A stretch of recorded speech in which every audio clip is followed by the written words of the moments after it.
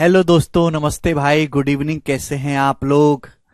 कैसा महसूस कर रहे हैं? क्या आप लोग ऊर्जावान महसूस कर रहे हैं? आप लोग जवान व्यक्ति हैं, सरकारी नौकरी की तैयारी के लिए यहां पर आए हैं और आपके जीवन का मकसद पब्लिक सर्विस में जाना है, देश की सेवा करनी है और पैसा भी कमाना है, करप्शन को खत्म करना है, देश को डेवलप्ड कंट्री आप बनाना है। यही आपका मकसद है कि नहीं? और अपने माँ बाप का जो है सर गर्व से ऊंचा करना है। अभी सीजीएल 2021 का फाइनल रिजल्ट आ रखा है, तो पढ़ाने के साथ साथ मैं एक चीज में और बिजी हूं कि जो हमारे बहुत सारे स्टूडेंट सिलेक्ट हो चुके हैं, मैं उनसे बात करता हूं, उनकी प्रतिक्रिया लेता हूं, उनकी खुशी में मैं शामिल होता हूं। बच्चे मुझसे मिलने आते हैं, मिठाई लेके आते हैं। कुछ एक स्टूडेंट का हम इंटरव्यू भी कर रहे हैं। तो अभी मैं दो तरह के उसमें पढ़ा भी रहे हैं और साथ साथ जब रिजल्ट आता है तो टीचर के लिए बहुत इंपॉर्टेंट खास समय होता है। ठीक है,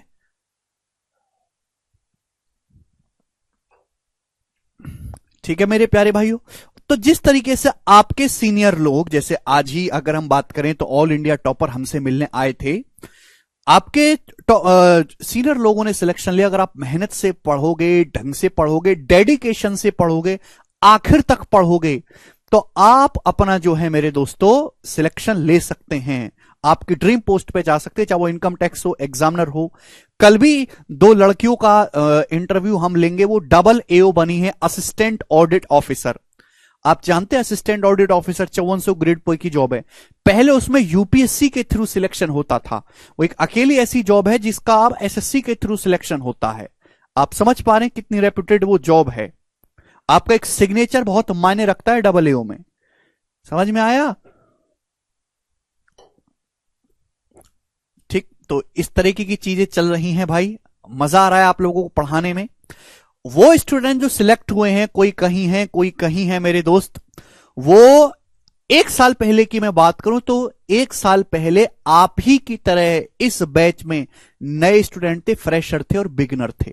उस एक साल वाले बच्चे में और आज के बच्चे में कितना फर्क आ गया।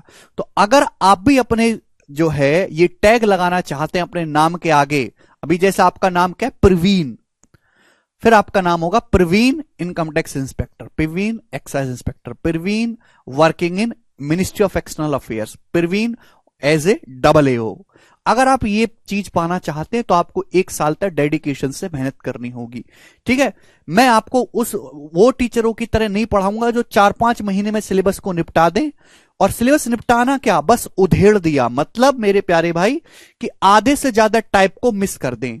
जैसे कि आज अनमोल आया जो इस साल के टॉपर हैं, उन्होंने यही बात कही कि सर जो आप पढ़ाते हो उसमें खास बात क्या होती है कि आप समय थोड़ा ज्यादा लेते हो, पर आप कोई टाइप मिस नहीं करते हो। जब टाइप आप मिस नहीं करते तो मुझे अपनी तरफ से कोई रिसर्च नहीं करनी पड़ती। आपने जो पढ़ा दे वो काफी है, मुझे केवल प्रीवियस ईयर के सवाल लगाने, ना बहुत ज्यादा मॉक टेस्ट लगाने की जरूरत। उसने केवल एग्जाम से पहले 10-15 मॉक टेस्ट सॉल्व किए, केवल 10-15 मॉक टेस्ट, फिर भी उसका सिलेक्शन हो गया। क्यों हो गया? कि मैं बैच में सारे टाइप कवर करवाता हूं। जब सारे टाइप कवर करवाता हूं और आप उस पे जाके प्रीवियसर की प्रैक्टिस कर लो, प्रीवियसर की प्रैक्टिस आपको साथ साथ करनी है और केवल आप 2018 से बाद के क्वेश्चंस को सॉल्व करें। 2018 से पहले के क्वेश्चन ना तो मैंने अपनी शीट्स में डाल रखे हैं, अब जो थे वो मैंने हटा दिए हैं, और ना ही मेरे दोस्तों आपको वो प्रैक्टिस करने हैं। 2018 के बाद टीसीएस आपका पेपर बना रही है, जो रतन टाटा जी की कंपनी है और रेप्यूटेड कंपनी, और आगे फ्यूचर में अगले सालों तक कोई भी कंपनी टक्कर में नहीं है जो टीसीएस को रिप्लेस करके आ सके, और वही आपका पेपर बनाएगी। तो 2018 के बाद के आपको क्वेश्चंस जो है प्रैक्टिस करने हैं। अगर आप सीजीएल की तैयारी कर रहे हैं तो पहले आप सीजीएल के क्वेश्चन सॉल्व करिए, और उसके बाद सीएचएसएल, सीपीओ है भी मेरे दोस्तों, सिलेक्शन पोस्ट एमटीएस।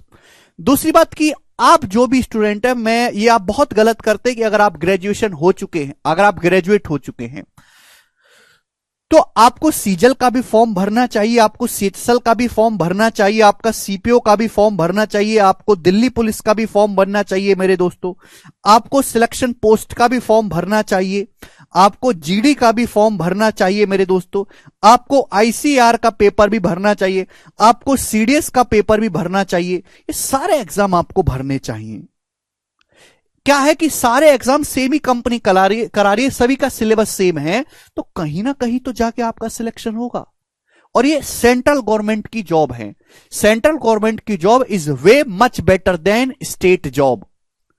आप किसी बिहार के राज्य के जो अधिकारी, मैंने मान लिया कि स्टेट जॉब में करप्शन बहुत ज्यादा है, आज भी वहां लोग ऊपरी कमाई करने के लिए जाते हैं, लेकिन सेंट्रल गवर्नमेंट की जॉब में जो रेस्पेक्ट है और जो सहूलियत है काम करने की, वो और जो वर्क प्रेशर स्टेट जॉब के मुकाबले काफी कम है।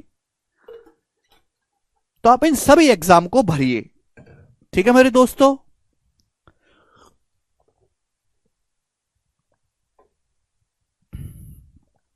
जी, तो हम आज से मेरे दोस्तों अपना चैप्टर शुरू करेंगे। नया चैप्टर है मेरे प्यारे भाई, नंबर सिस्टम। नंबर सिस्टम, ठीक है भाई। सीएचएसएल प्रीवियस ईयर कहां से करें यार? ये देखो, हमारा टेलीग्राम चैनल है मैथ्स बाय गगन प्रताप। आप टेलीग्राम चैनल पे जाइए, उस टेलीग्राम चैनल पे मैंने एसएससी के हर एक एग्जाम के प्रीवियस ईयर के चैप्टर वाइज सवाल डाल रखे। आप वहां से पीडीएफ को डाउनलोड कर लो। आपके वो मोबाइल फ्रेंडली पीडीएफ है, तो आप मोबाइल से उन सवालों को सॉल्व कर सकते हो। टेलीग्राम चैनल मैथ्स बाय गगन प्रताप, ठीक है, उस पर केवल मैं पीडीएफ अपलोड करता हूं और एग्जाम से रिलेटेड जानकारी, उस पर हर एक गवर्नमेंट एग्जाम की पीडीएफ मैंने डाल रखी है, चैप्टर वाइज एसएससी की। आपको जिसकी भी चाहिए आप ऊपर सिंपल सर्च करेगा, आपको मिल जाएगी। अगर आप मोबाइल से स्क्रीन से प्रैक्टिस आपको नहीं अच्छा लगता है, तो ये बुक है फिर, ठीक है ना, एसएससी मैथ्स की 8000 क्वेश्चंस की, जिसमें टीसीएस के द्वारा कराए हुए हर एक एग्जाम के, चाहे सीजीएल हो, सीजीएल का tier 1 tier 2, CPO, CHSL, MTS selection post के प्रीवियस ईयर के सवाल है 2018 से बाद के। आप इस बुक से क्वेश्चन सॉल्व करना शुरू करिए। तो प्रीवियस ईयर के सवालों की कमी नहीं है, सोर्सेस बहुत सारे हैं, बहुत सारी किताबें हैं। अगर आप किताब नहीं खरीद पाते हो तो आपको फिर मोबाइल से पीडीएफ डाउनलोड करके सॉल्व कर सकते हो, ठीक है प्यारे भाई। समझ में आ गया? कोई डाउट? जो भी चैप्टर चलेगा उसके साथ साथ आपको प्रीवियस ईयर के सवालों की प्रैक्टिस करनी है।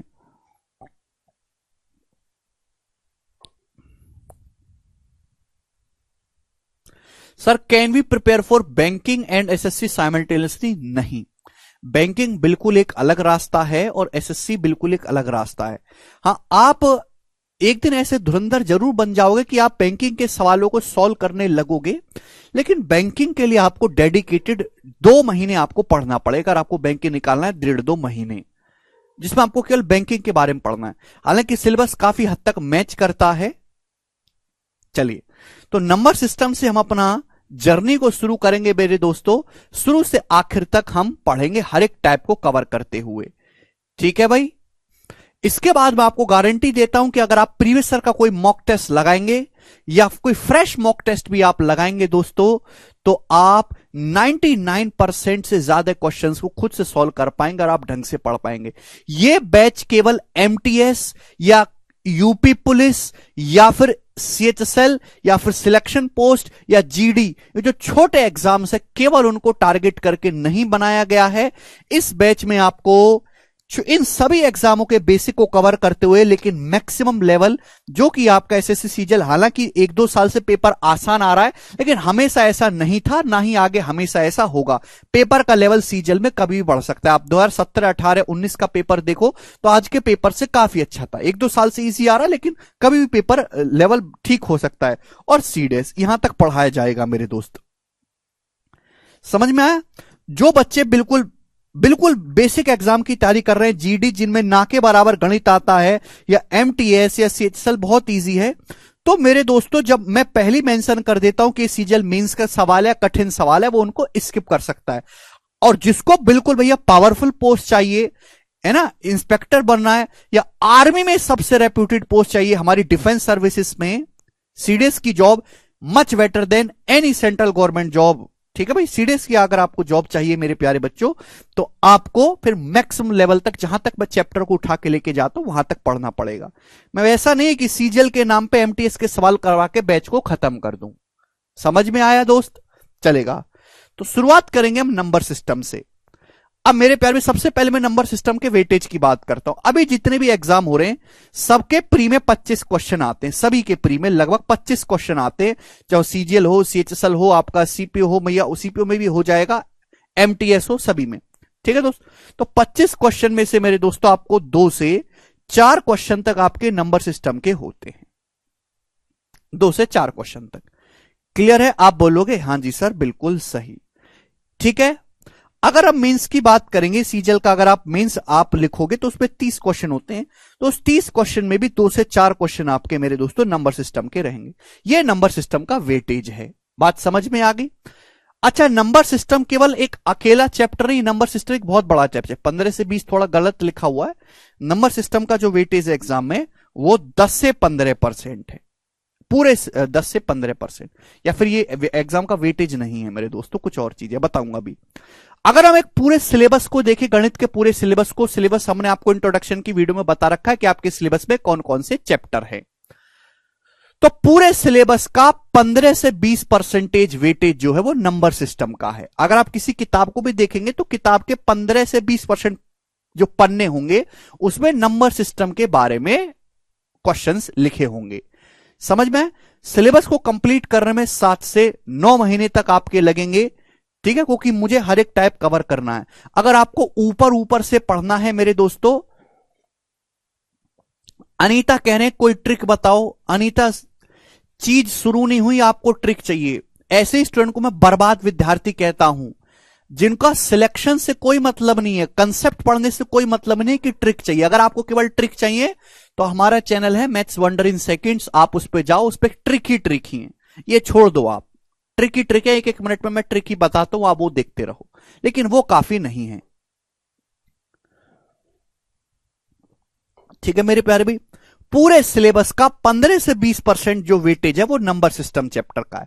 अब नंबर सिस्टम में मेरे दोस्तों क्या क्या आते हैं वो मैं आपको सिखाऊंगा, ध्यान से सुनिएगा। नंबर सिस्टम में एक तो खुद नंबर सिस्टम हो गया, जिसमें हम पढ़ेंगे मेरे दोस्तों डिविजिबिलिटी रूल, यूनिट डिजिट मेरे दोस्तों, रिमाइंडर थ्योरम, शेषफल में हम पढ़ेंगे, क्लासिफिकेशन ऑफ नंबर्स पढ़ेंगे, है नंबर ऑफ फैक्टर्स, गुणनखंडों की संख्या पढ़ेंगे, नंबर ऑफ जीरोस पढ़ेंगे, एपीजीपी एचपी पढ़ेंगे, arithmetic progression, geometric progression, harmonic progression, और मिसलिनियस क्वेश्चंस करेंगे। ये सब होगा मेरे प्यारे भाई। जो मैं पढ़ाऊंगा मेरे दोस्तों वो आपको चुपचाप मुर्दे की तरह पढ़ना है, मुर्दे की तरह चुपचाप। एक आपको हकीकत की बात बताऊं, जो बच्चा ना जिसको टाइम पास करना होता है, जो पढ़ाई को लेके सीरियस नहीं है, वो 1.5 घंटे की क्लास में 100 कमेंट करता है, 100 कमेंट 1.5 घंटे की क्लास में। और जो मेहनती बच्चा होता है वो 100 दिन की क्लास में 2 कमेंट करता है, जहां उसको वाकई में कोई प्रॉब्लम होती है। कुछ स्टूडेंट ऐसे भी है, कोई भी दिक्कत है हर बात पे कमेंट, हर बात पे कमेंट, कमेंट पे कमेंट, उन पढ़ने से कम कमेंट बाजी पे ज्यादा ध्यान है। ऐसे स्टूडेंट का भला होना नामुमकिन है। आपको एक मुर्दे की तरह रहना है। ठीक है, जब मैं आपसे पूछूं समझ में आ गया, हाँ आ गया सर, आगे बढ़ जाए, हाँ जी सर बढ़ जाइए, कोई डाउट नहीं, कोई डाउट नहीं, बस इतनी आपके अंदर जिंदा सांसें होनी चाहिए, इसके अलावा नहीं, जब तक सिलेबस खत्म ना हो जाए, है ना। क्योंकि आप बहुत ही अशांत व्यक्ति है स्टूडेंट को पढ़ाना आसान काम नहीं है, और स्टूडेंट पढ़ने लायक भी नहीं अगर सही मायने में देखा जाए।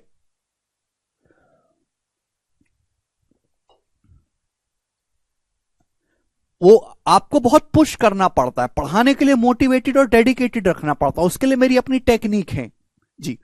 सबसे पहले हम नंबर सिस्टम पढ़ेंगे, उसके बाद शर्ट्स, इंडिसेस, घातांक एवं करणी, ये चारों नंबर सिस्टम का हिस्सा है, बट अलग अलग हमने डिवाइड कर रहा है। उसके बाद मेरे दोस्तों हम पढ़ेंगे सिंप्लीफिकेशन, सरलीकरण। उसके बाद हम पढ़ेंगे एलसीएम एंड एचसीएफ, है ना, लघुत्तम समापवर्तक और महत्तम समापवर्तक।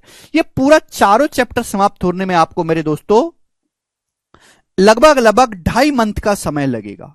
तो 2.5 महीने तक कोई अपने मुंह से ये ना पूछ ले कि सर ये कब शुरू होगा, वो कब शुरू होगा, ये कब आएगा, वो कब आएगा, बिल्कुल ना पूछे। जैसे आपके पूछने का मानो आप खड़े होइए, दीवार में अपना सिर मारिए, आपका दोबारा मन नहीं करेगा पूछने का। तो 2.5 महीने तक चुपचाप आप लोगों को केवल नंबर सिस्टम में ये चारों चीजें पढ़नी, संख्या पत्ती, शर्ट्स, इंडिसेस, घातांक एवं करणी, सिंप्लीफिकेशन, एलसीएम एंड एचसीएफ। ठीक है बच्चों, देखो एलसीएम एचसीएफ का सवाल ऐसा नहीं कि हर शिफ्ट में आएगा, एक सवाल आएगा। सर्च इंडिसेस का भी एक क्वेश्चन फिक्स है, सिंप्लीफिकेशन का भी फिक्स है, नंबर सिस्टम का भी फिक्स है, लेकिन एलसीएम एचसीएफ का सवाल पेपर में आता भी है और नहीं भी आ सकता है। ठीक है, समझ में आया? कोई तकलीफ?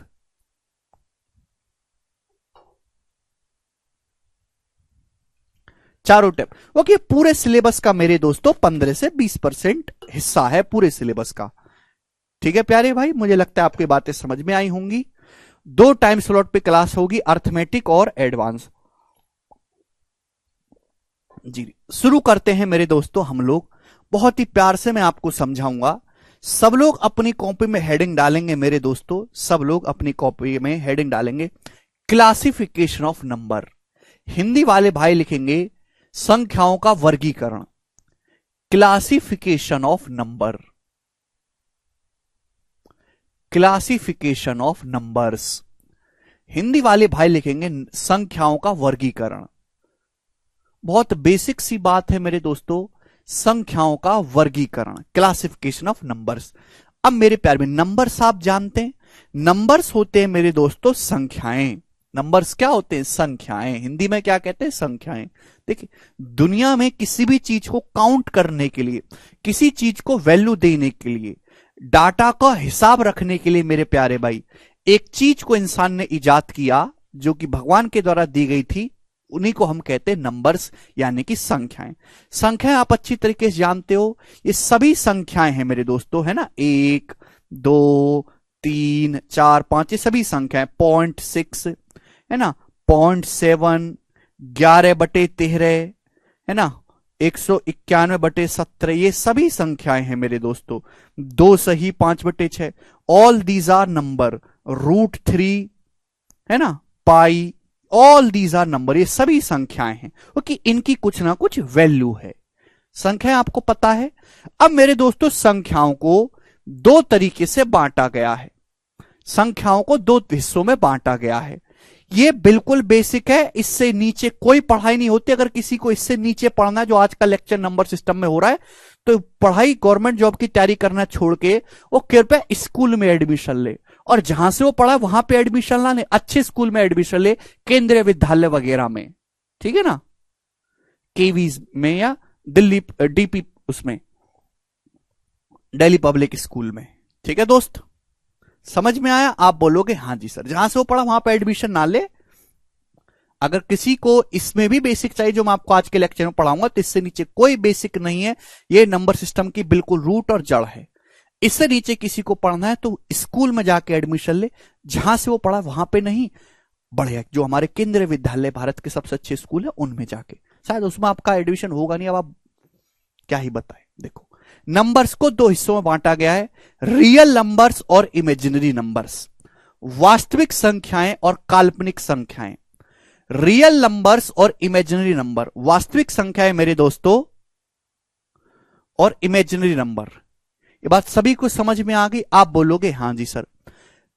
वास्तविक संख्याएं मेरे प्यारे भाई क्या होती हैं? वास्तविक संख्याएं, रियल नंबर्स क्या होते हैं प्यारे बच्चों? तो रियल नंबर्स वो नंबर होते हैं, वो नंबर्स, वो संख्याएं, वो नंबर्स जिनको जिनको वो नंबर्स जिनको नंबर लाइन पर डिनोट किया जा सकता है, वो नंबर्स जिनको नंबर लाइन पर डिनोट किया जा सकता है, जिनको नंबर लाइन पर लिखा जा सकता है, नंबर लाइन पर रूपांकित किया जा सकता है, उनको हम नंबर, रियल नंबर, वास्तविक संख्याएं कहते हैं। आप बोलोगे हाँ जी सर, बिल्कुल सही बात कर। नहीं, सीजल से पहले सिलेबस होगा, मैं पहले बता दे रहा हूं, सीजल से पहले सिलेबस बिल्कुल नहीं होगा। आपके सीजल का प्री का पेपर 2 महीने बाद है, और 2 महीने में सिलेबस नहीं पूरा हो पाएगा। सीधा सीधा सुन लीजिए, आप इस एक्सपेक्टेशन के साथ आए कि अगले 2 महीने में सीजल का पेपर, उससे पहले सिलेबस पूरा हो जाएगा, तो बिल्कुल नहीं हो सकता। मैं क्या, आप पूरे भारत में कहीं से भी नहीं हो सकता। अगर आपको 2023 का सीजल की तैयारी करनी थी, तो आपको आज से 6 महीने पहले जागना चाहिए था। आप लेट हो गए, अब आप 2024 वाले की तैयारी करोगे। समझ में आया? 2023 के काफी टाइम बीत चुका है। हाँ, पेपर जरूर दीजिएगा, और पेपर में आप अच्छा खासा स्कोर भी कर लोगे, लेकिन सारी चीजें नहीं हो पाएंगी। तो रियल नंबर, वास्तविक संख्या क्या होते हैं? वो नंबर्स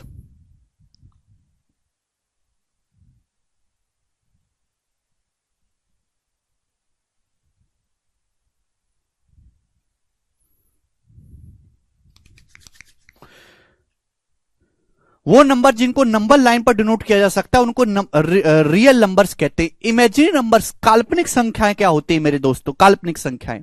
तो इसकी बिल्कुल उलट परिभाषा, वो नंबर्स जिनको नंबर लाइन पर नहीं डिनोट किया जा सकता, वो नंबर्स मेरे प्यारे भाई जिनको नंबर लाइन पर नहीं डिनोट किया जा सकता उनको इमेजिनरी नंबर्स या काल्पनिक संख्याएं कहते हैं। इमेजिनरी नंबर आपके सिलेबस में नहीं है, ना इस पे कोई सवाल आता है, केवल आपको जानकारी के लिए पढ़ना है इमेजिनरी नंबर क्या होते हैं। एग्जाम्पल के लिए मेरे दोस्तों, भाई मैं आपसे कहूं कि ये बताओ जरा अंडर रूट ऑफ 49 क्या होता है? अंडर रूट ऑफ 49, इस बात का क्या मतलब है? अंडर रूट ऑफ 49 का मतलब यह है एक ऐसी संख्या बताओ जिसकी 2 बार गुणा करने पर 49 आ जाए। तो आप कहोगे सर 7, 7 एक ऐसा नंबर है जिसकी 2 बार गुणा करेंगे 49 आएगा। लेकिन मैं आपसे बच्चों ये पूछने लगूं कि अंडर रूट ऑफ -49 क्या होगा, अंडर रूट ऑफ -49 क्या होगा, मैं आपसे ये पूछने लगूं बच्चों, तो आप क्या बताओगे? ऐसी कोई संख्या क्या दुनिया में उपलब्ध है जिसकी 2 बार गुणा करने पर -49 आए? ऐसी कोई संख्या दुनिया में उपलब्ध नहीं है।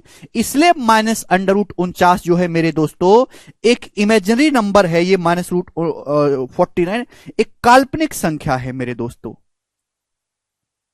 क्या ऐसी कोई संख्या वास्तव में उपलब्ध है जिसकी 2 बार गुणा करने पर मेरे दोस्तों -49 आ जाए? नहीं है। तो ये एक काल्पनिक संख्या होगी, कोई कल्पनाओं में, हमारे जैसी कल्पनाओं में ऐश्वर्य राय है, ठीक है दोस्त? वैसे ही समझ में आया? आप बोलोगे हां जी सर बिल्कुल सही। तो एक आदमी ने, मानव इंसान ने ऐसे सोच लिया कि अंडर रूट ऑफ -1 का जो अंडर रूट होता है वो आयोटा। सपोज -1 का जो अंडर रूट है आयोटा, आयोटा बोलते हैं IOTA, और उसको आई से डिनोट करते हैं। इंसान ने अपनी मर्जी से माना कि -1 का जो अंडर रूट होता है वो आयोटा होता है। आयोटा एक इमेजिनरी नंबर, एक काल्पनिक संख्या है जो वास्तव में एग्जिस्ट नहीं करती, लेकिन मान लिया गया सपोज कोई संख्या कल्पनाओं में होगी जिसको आयोटा कहा जाएगा। तो 49 का अंडर रूट तो 7 होता है, लेकिन -49 का क्या मतलब है? -1 गुणा 49, 49 का अंडर रूट तो 7 आएगा और -1 का अंडर रूट आयोटा, तो इसकी जो वैल्यू होगी मेरे प्यारे में 7 आयोटा होगी। आप बोलोगे हां जी सर बिल्कुल सही है, मैं एग्जाम्पल ले रहा हूं अपनी मर्जी से, ये कहीं से आया नहीं है। बोलो।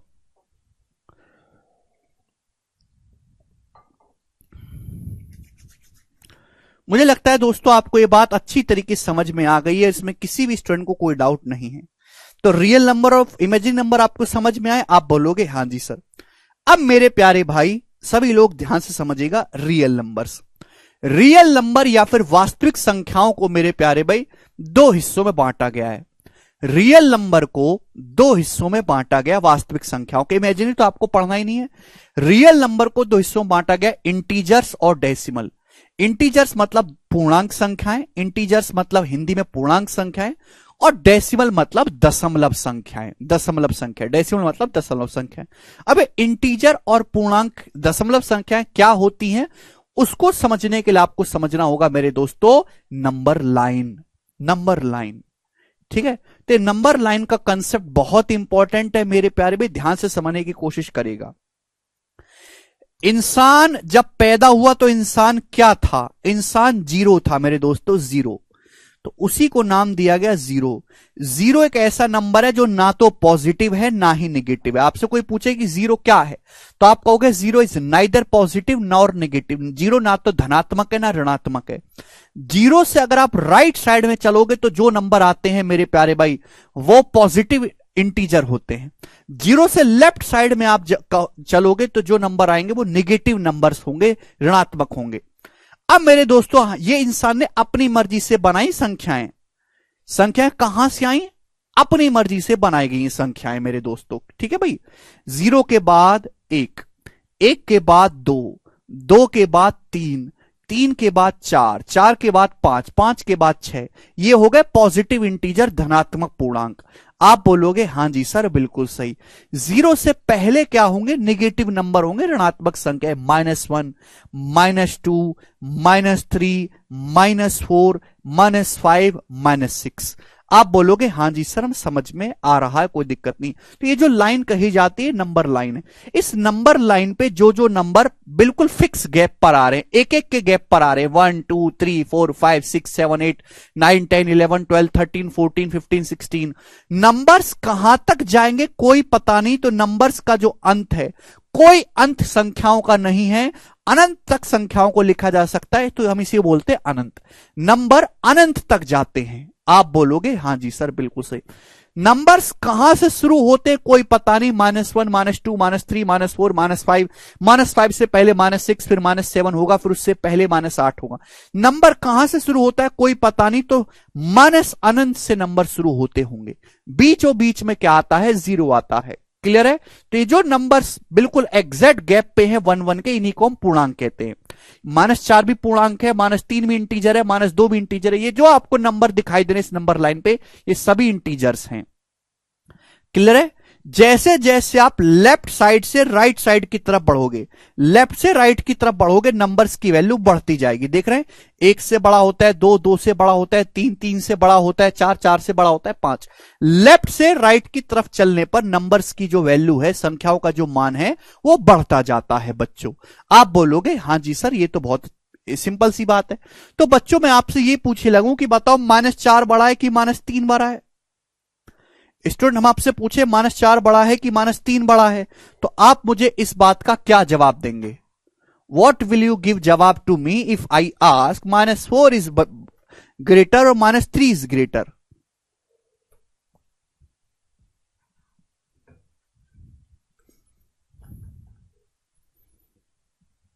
है ना?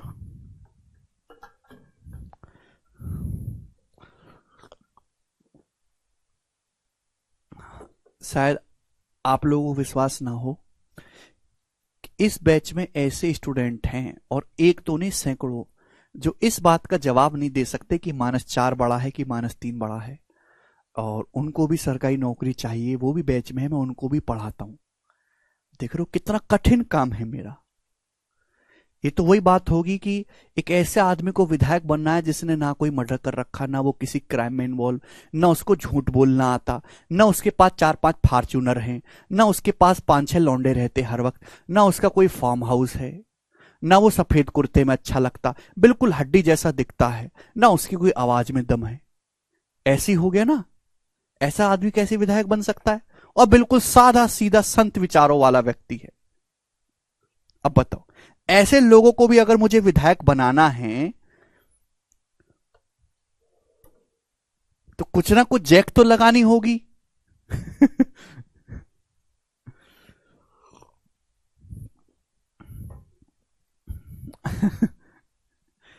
हमने क्या बोला, लेफ्ट साइड से राइट साइड की तरफ आप जाते जाओगे तो नंबर्स बड़े होंगे। तो -4 से बड़ा है मेरे दोस्तों, -4 छोटा है, -3 बड़ा है ना? क्लियर है?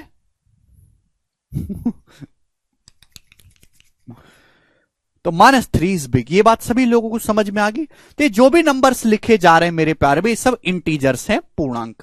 क्लियर है? आप बोलोगे हाँ जी सर बिल्कुल सही, कोई दिक्कत नहीं है मेरे दोस्तों।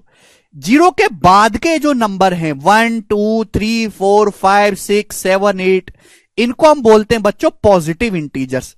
हिंदी वाले भाई लिख सकते हैं धनात्मक पूर्णांक, है ना? आपको ऐसे स्कूल में भी नहीं बताया होगा, मुझे पता है मेरे प्यारे भी। पॉजिटिव इंटीजर्स, धनात्मक पूर्णांक।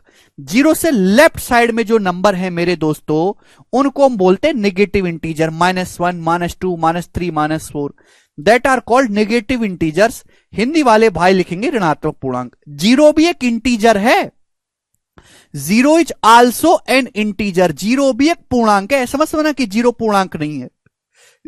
0 एक न्यूट्रल इंटीजर है, जो ना तो पॉजिटिव में आता है ना ही नेगेटिव में आता है, बट है 0 भी इंटीजर ही। तो ये सब नंबर होते हैं नंबर लाइन, इंटीजर्स हम इनको बोलते हैं। अब आप कहोगे सर फिर दशमलव कहां है? तो मैं कहूंगा भाई मेरे, दशमलव जो होते हैं वो इन्हीं के बीच में होते हैं।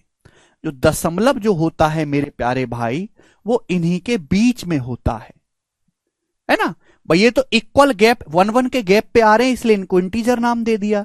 इनके बीच में भी तो कुछ संख्याएं होंगी मेरे दोस्तों, वो दशमलव में होंगी। जैसे मैं आपसे पूछूं 0.5 कहां पर होगा? 0.5। तो आप कहोगे सर 0.5 जो होगा भाई 0 और 1 के बीच में है, तो 0.5 मेरे दोस्तों यहां होगा।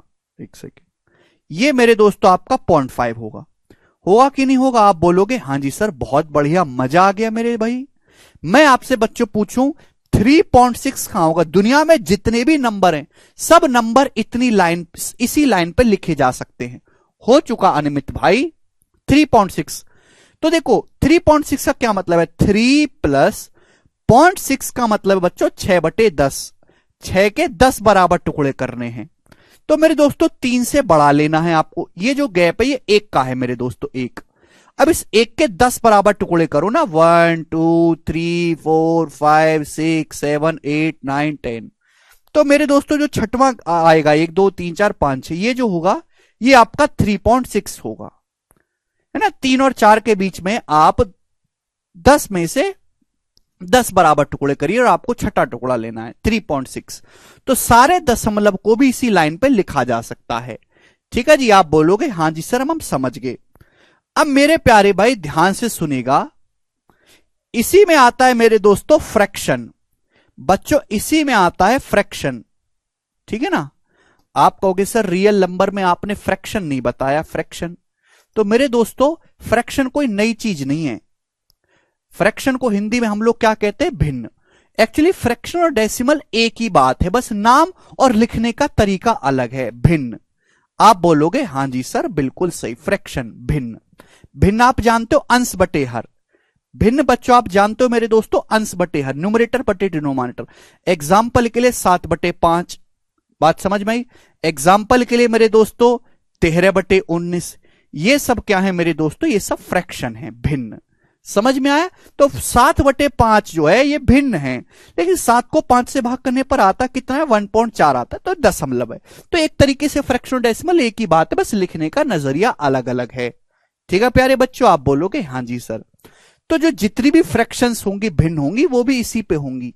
जैसे मैं आपसे कहूं कि बताओ मेरे दोस्तों ये कहां पे आएगा? 5/4।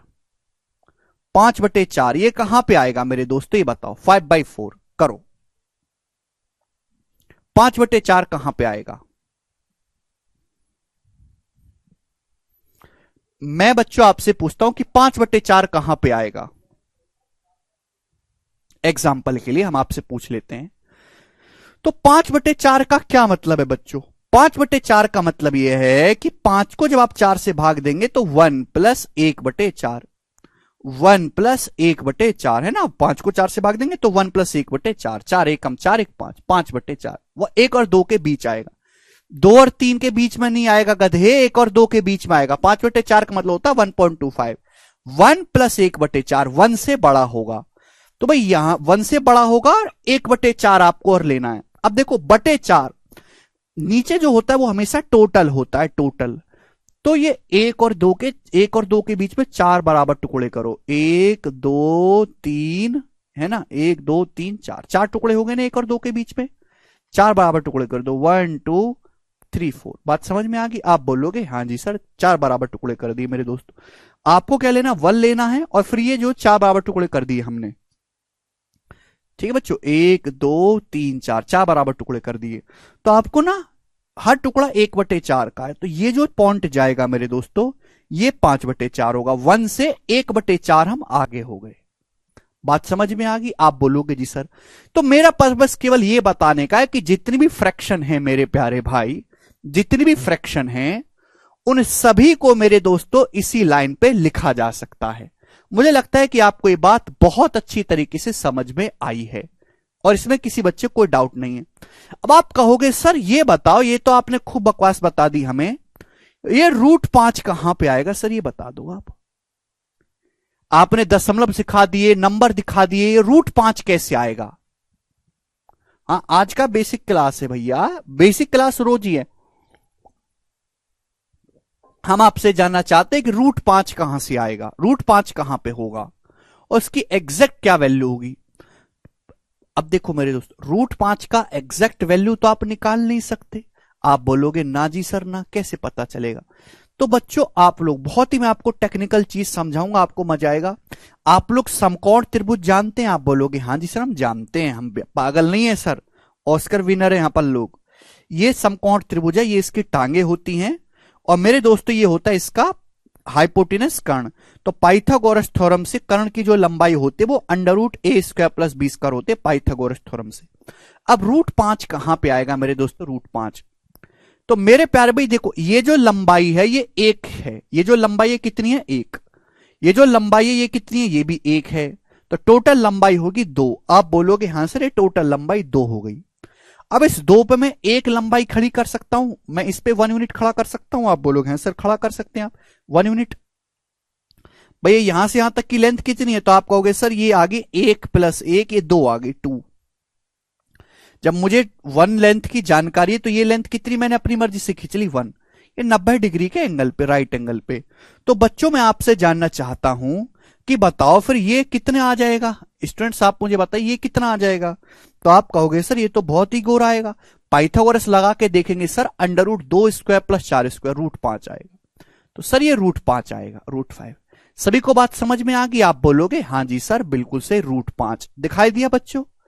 तो यानी कि हम ये कह सकते हैं कि यहां से यहां तक का ये जो डाटा होगा, कौन सा कलर इस्तेमाल कर ले? ग्रीन कलर करते हैं अपन लोग, ठीक है भाई। यहां से यहां तक का ये जो डाटा होगा ये वाला, ये √5 होगा यहां से यहां तक का डाटा। आप बोलोगे हाँ जी सर, अरे बिल्कुल होगा सर, ये जो ग्रीन ग्रीन आपने किया है ये √5 होगा, √5। ठीक है प्यारे भाई। अब आप एक प्रकार उठाइए बच्चों, का उठाइए? प्रकार, कंपस प्रकार उठाइए। यहां रखिए प्रकार की नोक, यहां प्रकार उठाइए, प्रकार की नोक रखिए। यहां रखो प्रकार का मुंह, प्रकार का मुंह। यानी कि आप एक सर्कल बना दो √5 रेडियस का, √5 रेडियस का एक चाप मार दो, है ना, √5 लंबाई का। तो ये सर्कल खींचेंगे √5 का। तो ये जो लंबाई आएगी मेरे दोस्तों यहां से यहां तक की, ये जो लेंथ आएगी मेरे दोस्तों यहां से यहां तक, ये √5 रेडियस की आएगी। तो ये जो होगा मेरे दोस्तों, ये जो पॉइंट होगा आपका, ये एक्चुअली में √5 को डिनोट करेगा, ये वाला पॉइंट। तो ऐसे आप मेरे प्यारे में √5 को भी इस लाइन पे बना सकते हैं। समझ में आया? आप बोलोगे हां जी सर बहुत ही बढ़िया। जिसको नहीं समझ में आया वो इसको स्किप कर दे। मेरा समझाने का पर्पज ये था कि दुनिया में जितनी भी संख्याएं हैं छोटी बड़ी, उन सभी को इस लाइन पर लिखा जा सकता है, इसलिए इसको बोला जाता है नंबर लाइन। बात समझ में आ गई? आप बोलोगे हां जी सर बिल्कुल सही समझ में आ गई, कोई दिक्कत नहीं है। बहुत प्यार से और धीरे से मैंने आपको समझाया। तो सबसे पहले नंबर्स, नंबर्स को 2 टुकड़ों में बांटा गया है, रियल नंबर और इमेजिनरी नंबर।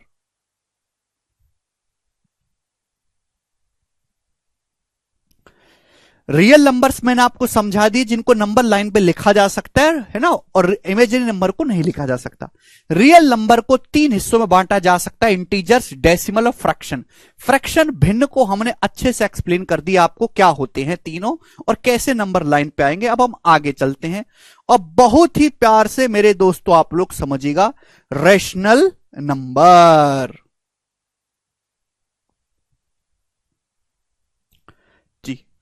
अब मेरे प्यार में बहुत बहुत प्रेम भाव से आप लोग समझिएगा, रियल नंबर्स या हिंदी में मेरे दोस्तों वास्तविक संख्याएं। रियल नंबर को एक तरीके और से मेरे प्यारे भाई 2 टुकड़ों में बांटा जा सकता है। रियल नंबर को एक और तरीकों से वर्गीकृत किया जा सकता है, क्लासिफाई किया जा सकता है, रैशनल नंबर्स और इरेशनल नंबर्स, परिमेय संख्या और अपरिमेय संख्या। कितने बच्चे जानते इस बात को? भाई ये तो है ही, रियल नंबर को 3 हिस्सों में बांटा जा सकता है मेरे प्यारे में, जो आपको दिख रहा है, इंटीजर, फ्रैक्शन और डेसिमल।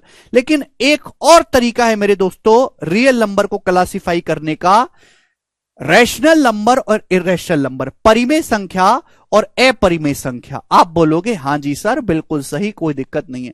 कितने बच्चों को ऑलरेडी पता है परिमेय संख्या और अपरिमेय संख्या, परिमेय संख्या और अपरिमेय संख्या के बारे में बच्चों? तो आप मुझे बताओ परिमेय संख्या क्या होती है? परिमेय संख्या, परिमेय संख्या वो संख्याएं होती हैं जिनको P/Q फॉर्म में लिखा जा सकता है।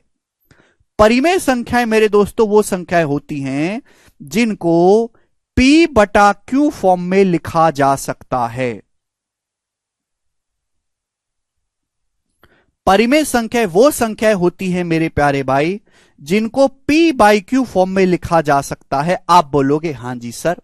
जहां P और Q क्या है मेरे प्यारे भाई? P और Q इंटीजर्स हैं, पूर्णांक है, और ये पॉजिटिव भी हो सकता है मेरे दोस्तों, नेगेटिव पूर्णांक भी हो सकता है, लेकिन ध्यान इस बात का रखिएगा Q is not equal to zero. Q zero नहीं होना चाहिए, कि जीरो से डिवीजन गणित में संभव नहीं है। वो सभी संख्याएं जिनको P बाई Q फॉर्म में लिखा जा सकता है, वो मेरे प्यारे भाई क्या कहलाती हैं? रैशनल नंबर कहलाते हैं, जहां P और Q दोनों ही पूर्णांक होंगे और Q is not equal to zero. Q is not equal to zero. Rational number को पहले एक्सप्लेन कर लेता हूं, एक अलग से पेज बना लेंगे मेरे दोस्तों, अलग से पेज बना लेते हैं रैशनल नंबर्स के लिए।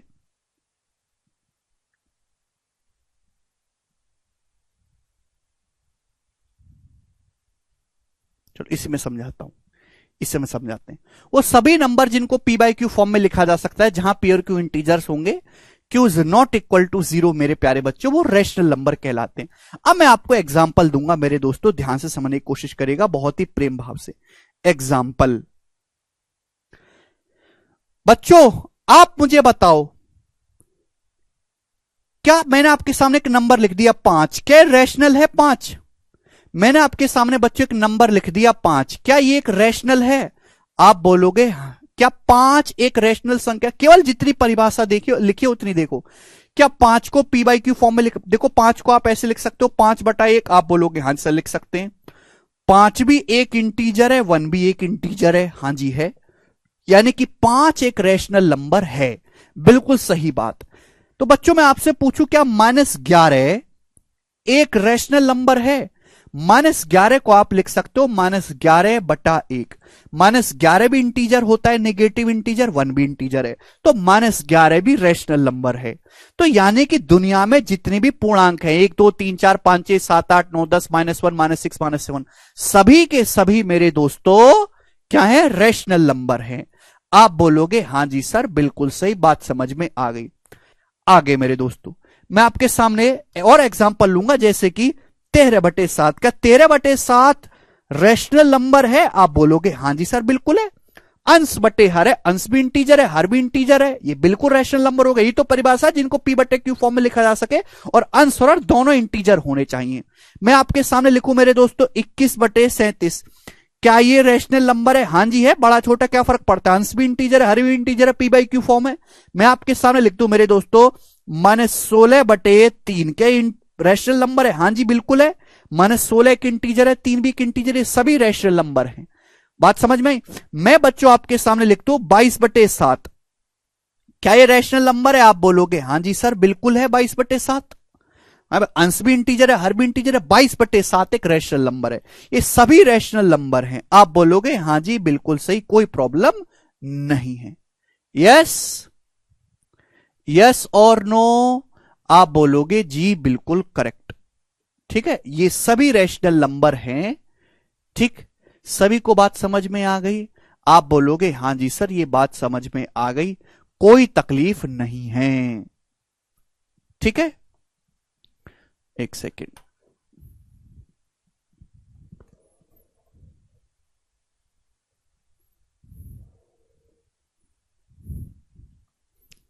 जी बच्चों आगे दोस्तों मैं आपके सामने एग्जांपल लेता हूं, आप मुझे बताओ 1.66, या मैं इसे एग्जांपल ले लेता हूं आपके सामने 1.66, क्या रैशनल नंबर है? 1.66 या 1.36 ले लेते हैं, चलो। क्या ये रैशनल नंबर है 1.36? मैंने आपके सामने एग्जांपल ले लिया 1.36, क्या ये रैशनल नंबर है? आप बोलोगे सर हां जी बिल्कुल है रैशनल नंबर 1.36 है। भाई 1.36 को अगर आप ध्यान से देखोगे, 2 अंकों बाद दशमलव है, दशमलव हटाएंगे तो 2 जीरो आ जाएंगे, 4 से चला जाएगा मेरे दोस्तों। 4 तिया 12, 4 चौक 16, 34/25, 34/25 लिख सकते हो, 34 भी इंटीजर है, 25 भी इंटीजर है, बिल्कुल। आप बोलोगे हां जी सर 1.36 बिल्कुल है रैशनल नंबर, क्योंकि इसको P बटे Q फॉर्म में लिख सकते हैं।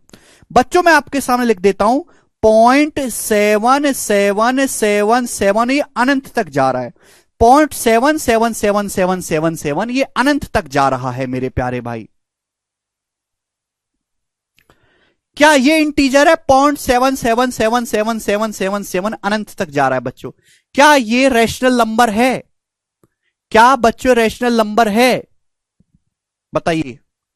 आप अपने मोबाइल का कैलकुलेटर खोलो, कैलकुलेटर में 0.7 को 9 से भाग करके देखो, 7/9 करके देखो कैलकुलेटर में, तो रिजल्ट क्या आएगा? 0.777777 आएगा। यानी कि 0.777 को भी 7/9 में लिखा जा सकता है ना, पी बाई क्यू फॉर्म में लिखा जा सकता है। तो ये भी एक रैशनल नंबर ही है। बहुत सारे बच्चों को ये पता नहीं होगा। क्लियर है? आप बोलोगे हां जी सर, बिल्कुल सही बात समझ में आ गई, इसमें कोई तकलीफ नहीं है। ठीक है प्यारे बच्चों, यस और नो जवाब दीजिएगा। मैं आपसे पूछूं बच्चों, ये बताओ 0.2929292929 क्या ये एक रैशनल नंबर है बच्चों? मैं आपसे पूछता हूं, जवाब दो। आप बोलोगे हां जी सर, ये भी एक रैशनल नंबर ही है। आप अपनी कॉपी में करके देखो। ये कैसे मैं फ्रैक्शन में कन्वर्ट कर रहा हूं वो मैं आपको बाद में सिखाऊंगा। अभी मैं आपको सिखाना चाहता हूं कि ये सभी रैशनल नंबर हैं, वो कि इनमें बार बार रिपीटेशन होता है। वो सभी दशमलव जिनमें एक ही पैटर्न बार बार रिपीट हो, वो सभी दशमलव जिनमें एक ही पैटर्न बार बार रिपीट हो, वो सभी रैशनल नंबर्स होते हैं। 0.2929 को आप लिख सकते हो 29/99। वो कैसे लिख सकते हो मैं आपको बाद में सिखाऊंगा। बस आप अभी ये देखो कि आप लिख सकते हो। आपने क्या मोबाइल में 29 को 99 से भाग करके देखो क्या आ रहा है, तो आप कहोगे सर 0.29292929 आ रहा है, हमें तो मस्त।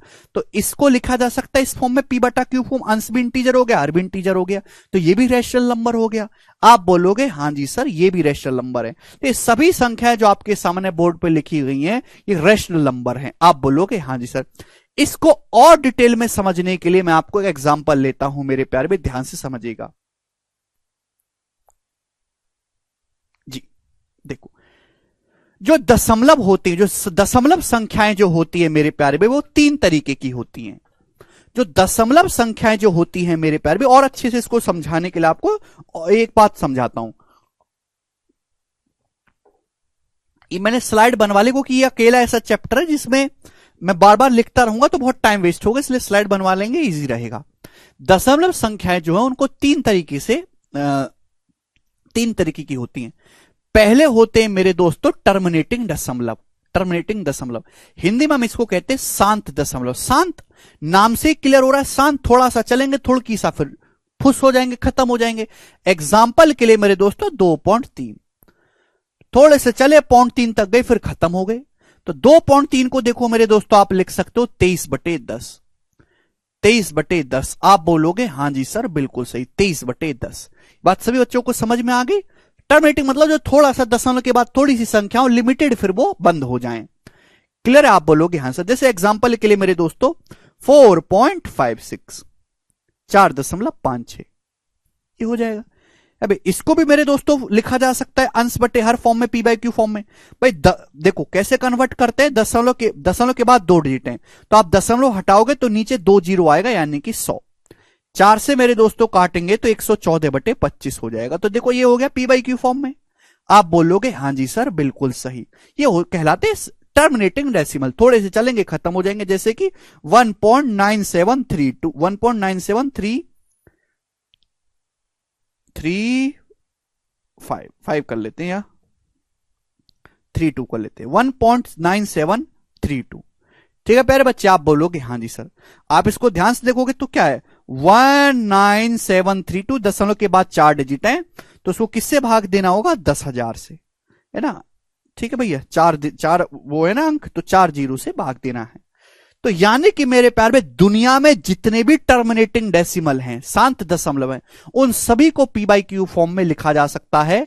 यानी कि मेरे प्यारे भाई वो सब क्या हैं? वो सब रैशनल नंबर्स होते हैं। आप बोलोगे हां जी सर बिल्कुल सही। ठीक है, किसी बच्चे को कोई डाउट? शांत दशमलव सभी को समझ में आ गया। Terminating decimal, all terminating decimal are rational numbers. Now अब आ जाता है non terminating but repeating decimal. क्या मतलब है? नॉन टर्मिनेटिंग मतलब अशांत, जो कभी शांत ना हो, वो दशमलव जो कभी खत्म ना हो अनंत तक भी, लेकिन बार बार एक ही चीज को रिपीट करे, बार बार एक ही पैटर्न को रिपीट करे। ऐसा नहीं कि कभी कुछ हो रहा है कभी कुछ हो रहा है। क्लियर? उनको कहा जाता है नॉन टर्मिनेटिंग, अशांत है लेकिन पुनरावर्ती दशमलव है, एक ही जैसे पैटर्न को बार बार शो कर रहा है। एग्जाम्पल के लिए पॉइंट 6 अनंत तक यही पॉइंट 6 चल रहा है। ऐसा नहीं कि कभी 6 को हटा के 7 आ गया, नहीं, गलत बात। समझ में आया? आप बोलोगे जी सर बिल्कुल सही, समझ पाया। तो पॉइंट 6 को अगर आप ध्यान से देखोगे तो आप इसको लिख सकते हो बार बार एक ही डिजिट, इसको हम बोलते हैं पॉइंट 6 बार। 6 को ऊपर ऐसे बार का साइन लगाते हैं, पॉइंट 6 बार बार बार बार आ रहा है, 6 बार बार बार आ रहा है। तो आप इसको लिख सकते हो मेरे दोस्तों 6/9, बार हटाओगे 9 से भाग करते हैं, 6/9 का मतलब बच्चों 2/3, 2/3। आप बोलोगे हां जी सर बिल्कुल सही। तो इसको भी आप p/q फॉर्म में लिख सकते हैं, आप इसको भी फ्रैक्शन की फॉर्म में लिख सकते हैं। यस और नो?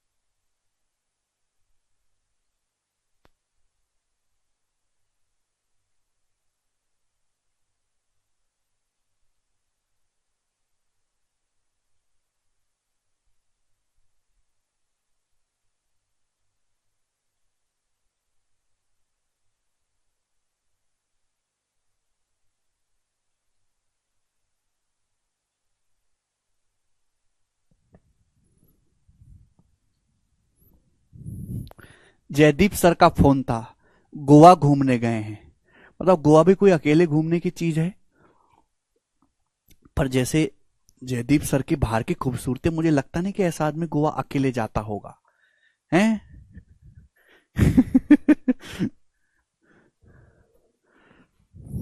बताओ, एक हम है जो तुमको टर्मिनेटिंग और नॉन टर्मिनेटिंग में अटके पड़े हैं, एक वो है जो गोवा घूम रहे हैं। Sir how to come 6/9? बेटा हाउ कम का जवाब मैं आपको आगे दूंगा, अभी के लिए आपको यह समझना है कि हां इस तरह की चीजें फ्रैक्शन में कन्वर्ट हो जाती हैं। आप मेरी बात को क्यों नहीं समझते? ऐसे विचलित मत हुआ करो। आपको जो चीज नहीं समझ, जितना मैं अभी आपको समझा रहा हूं केवल आप उतना समझो, बाकी की चीजें क्या वो है वो आपको टाइम आने पे पता चलेंगी। ये अभी इसके समझाने में लग जाऊंगा कि कैसे हुआ, तो फिर मैं ये कैसे समझाऊंगा कि नॉन टर्मिनेटिंग डेसिमल क्या होता है। अभी मेरा पर्पज है कि नॉन टर्मिनेटिंग रिपीटिंग डेसिमल क्या होता है, ये नहीं कि कैसे कन्वर्ट किया जाता है, वो बाद की चीज है, वो सिंप्लीफिकेशन में पढ़ाऊंगा।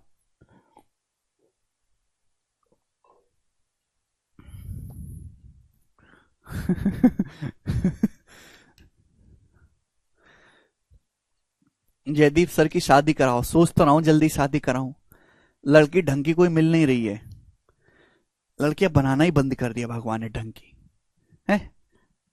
चलो हटाओ, ये बताओ, जब से लड़कियां रील बनाने लगी हैं, ये बताइएगा मेरे दोस्त, यहां तक बात समझ में आई? कोनो दिक्कत नहीं, कोनो परेशानी नहीं? एक और एग्जांपल लेते हैं। एग्जांपल के लिए जैसे आपके सामने लिख दिया है मेरे दोस्तों, पॉइंट अभी 0.72727272। बताओ मेरे दोस्तों क्या ये कैसा डेसिमल है? आप कहोगे सर ये नॉन टर्मिनेटिंग जरूर है, अनंत तक जा रहा है, बट ये रिपीटिंग डेसिमल है, बार बार एक ही पैटर्न को रिपीट कर रहा है।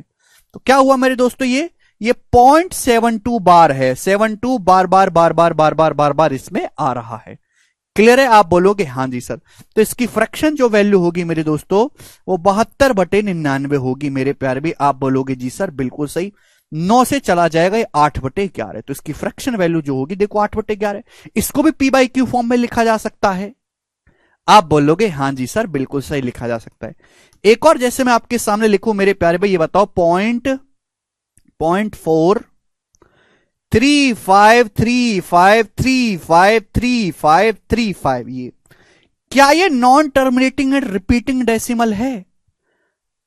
आप कहोगे सर पॉइंट के बाद लिखा है 4, लेकिन 4 के बाद कोई बदमाशी नहीं है, बार बार एक ही पैटर्न को रिपीट कर रहा है 3535353535। तो ये भी अशांत दशमलव है, लेकिन बार बार एक ही पैटर्न को रिपीट कर रहा है, तो रिपीटिंग डेसिमल भी है। ठीक है, इनको हम रिकरिंग डेसिमल भी बोलते हैं मेरे दोस्तों। नॉन टर्मिनेटिंग और मेरे दोस्तों रिपीटिंग डेसिमल का जो शॉर्ट नाम है वो रिकरिंग डेसिमल भी है, रिकरिंग डेसिमल। क्लियर है? आप बोलोगे हाँ जी सर बिल्कुल सही, समझ में आया। तो इसको भी आप लिख सकते हो 0.44 के ऊपर तो बार नहीं आएगा, 35 के ऊपर बार आएगा मेरे दोस्तों, 35 के ऊपर बार। बात समझे कि नहीं समझे? आप बोलोगे हाँ जी सर। ओके 0.4 उसके बाद 35 बार ऊपर बार लगाने का मतलब 35 बार बार बार बार आ रहा है। ठीक है बच्चों, आप बोलोगे हाँ जी सर। तो इसको भी भिन्न में बदल सकते हो, 2 अंकों के ऊपर बार है तो 2 9 आएगा, है ना, 1 अंक के ऊपर नहीं तो 1 0 आएगा। 435 में 4 के ऊपर बार नहीं तो 4 घटाते हैं, 435 में से 4 घटाओ 431 आएगा। ना भी समझ में आया हो तो आपको ये सोचना नहीं है, आपको अपने मोबाइल में करके देखो, 431 को भाग 90 से क्या आता है, यही आ रहा होगा भाग करने पर, 0.43533535। क्लियर है प्यारे बच्चों? आप बोलोगे हाँ जी सर यही आ रहा, करके देखो। तो मेरे प्यारे भाई यानी कि हम ये कह सकते हैं प्यारे बच्चे कि दुनिया में, हम ये कह सकते हैं कि दुनिया में जितने भी टर्मिनेटिंग डेसिमल है शांत दशमलव है, या फिर जितने भी नॉन टर्मिनेटिंग बट रिपीटिंग होने चाहिए रिपीटिंग डेसिमल है मेरे प्यारे बच्चों, उन सभी को फ्रैक्शन फॉर्म में पी बाई क्यू फॉर्म में लिखा जा सकता है, यानी कि वो सभी मेरे दोस्तों रैशनल नंबर कहे जाते। तो ये पूरा का पूरा जो चंक होगा ये किसके अंदर आता है? ये सभी मेरे प्यारे बच्चों रैशनल नंबर कहलाते हैं, परिमेय संख्याएं कहलाती हैं, रैशनल नंबर्स कहे जाते हैं। आप बोलोगे हाँ जी सर बिल्कुल सही, यानी कि सारे टर्मिनेटिंग डेसिमल या फिर जो टर्मिनेटिंग हो, नॉन टर्मिनेटिंग हो बट रिपीटिंग हो, वो सारे मेरे दोस्तों रैशनल नंबर परिमेय संख्या कहलाती हैं। सर क्यों 100 से डिवाइड नहीं कर रहे? अरे भाई क्यों का जवाब नहीं जानना आपको, अभी जितना मैं कह रहा हूं केवल उतना सुनो, वो बाद में सुनेंगे भाई। इंतजार नहीं है आपके अंदर, पेशेंस नहीं। अगर पेशेंस नहीं है तो भैया भट्टे पे मजदूरी करने लगो, सुबह तक शाम तक करोगे, शाम को कैश में तनख्वाह देते वो। सरकारी नौकरी की तैयारी मत करो, इसमें आपको लग जाएगा 1.5-2 साल अगर पेशेंस नहीं है तो। इतना भी बोलते बोलते हमारा मुंह दुख गया भाई कि सिखा देंगे मेरे दोस्तों बाद में, केवल आपको चुपचाप सुनना है, आपके सारे डाउट कवर होंगे। आपको तो सब कुछ अभी चाहिए, समझ में आया? तो दुनिया में जितने भी टर्मिनेटिंग डेसिमल हैं या फिर non terminating and repeating decimal हैं, वो सभी के सभी मेरे दोस्तों रैशनल नंबर कहे जाते हैं। आप बोलोगे हाँ जी सर बिल्कुल सही। अब मेरे प्यारे भाई ये बात समझो, ये तीसरा बच गया मेरे प्यारे भाई, तीसरे को चलो बाद में एक्सप्लेन करूंगा। नॉन टर्मिनेटिंग अभी एक्सप्लेन कर देता हूं, चलो। Non terminating non repeating decimal, non terminating non repeating decimal. अब ये कौन से आए? तो non terminating non repeating decimal का मतलब है मेरे प्यारे भाई ऐसे दशमलव जो ना तो कभी खत्म हो, ना तो कभी शांत हो अशांत, ना ही वो किसी पैटर्न को रिपीट करते हो, ना ही वो किसी संख्या को या किसी पैटर्न को बार बार रिपीट करते हो, उन्हें कहा जाता है नॉन टर्मिनेटिंग और नॉन रिपीटिंग डेसिमल मेरे प्यारे भाई। आप बोलोगे हाँ जी सर। एग्जाम्पल के लिए मेरे प्यारे भाई जैसे मैं आपके सामने लिखता हूं 0.33353535, 3454601287954 है भाई, 732। इनमें कोई पैटर्न फिक्स नहीं है कौन कब कहां से आ रहा है, और ये अनंत तक चलते चले जाते हैं ऐसे ही। क्या आप इनको फ्रैक्शन में कन्वर्ट कर सकते हो? नहीं कर सकते। तो ये कहे जाते नॉन टर्मिनेटिंग। ना तो ये कहीं जाके खत्म होते, ना ही ये मेरे दोस्तों ये किसी पर्टिकुलर पैटर्न को रिपीट करते। तो ये अशांत दशमलव कहे जाते हैं, और मेरे दोस्तों नॉन रिकरिंग डेसिमल है। देसी भाषा में शॉर्ट में इसको नाम दिया गया नॉन रिकरिंग डेसिमल। ठीक है भाई, नॉन रिकरिंग डेसिमल। आप बोलोगे हां जी सर, इनको फ्रैक्शन में भिन्न में नहीं बदला जा सकता। अरे बदलोगे कैसे जब आप इसका एग्जैक्ट मान लिख ही नहीं सकते। पूरी दुनिया में जितने भी पेड़ हैं, अगर आप सारे पेड़ों को कागज बना दो और भैया समुद्र के पानी को आप कलम की तरह इस्तेमाल करो, और उस पर आप नॉन टर्मिनेटिंग और नॉन रिपीटिंग डेसिमल को लिखो, एक ऐसा 10 दशमलव लिखो जो अशांत है, कभी खत्म नहीं होता, ना ही वो किसी पैटर्न को रिपीट कर रहा है, तो वो कागज भी छोटा पड़ेगा, पूरी दुनिया के पेड़ों के बराबर कागज भी। जब आप इसको लिख ही नहीं सकते इसका एग्जैक्ट मान, तो भिन्न में बदलोगे कैसे? तो मेरे प्यारे भाई ये कहलाते हैं non recurring and non recurring decimal. दोनों में फर्क समझ में आया? ठीक है, अब देखो मैं टॉपिक पे वापस आता हूं, ध्यान सुनेगा। मैं आपको क्या पढ़ा रहा था? मैं आपको पढ़ा रहा था रियल नंबर, वास्तविक संख्या। रियल नंबर को दो हिस्सों में बांटा गया, रैशनल और इर्रेशनल मेरे प्यारे भाई। ठीक है, आप बोलोगे हां जी सर। रैशनल नंबर वो नंबर है जिनको पी बाई क्यू फॉर्म में लिखा जा सकता है, पीयर क्यू इंटीजर होने चाहिए, और मैंने इसके सारे बहुत ढेरों सारे आपके सामने एग्जाम्पल भी ले लिए। आप बोलोगे जी सर सारे गोरे गोरे एग्जाम्पल आपने लिए, बहुत अच्छे समझाया। अब ये जो है कमबख्त इर्रेशनल नंबर, ये क्या है? इर्रेशनल नंबर वो नंबर है जो रैशनल नहीं है। जो नंबर रैशनल नहीं है वो इर्रेशनल है, सीधी सी बात। यानी कि वो नंबर जिनको पी बाई क्यू फॉर्म में नहीं लिखा जा सकता, वो नंबर जिनको फ्रैक्शन में कन्वर्ट करके ही नहीं लिखा जा सकता, जिनको पी बाई क्यू फॉर्म में नहीं लिखा जा सकता,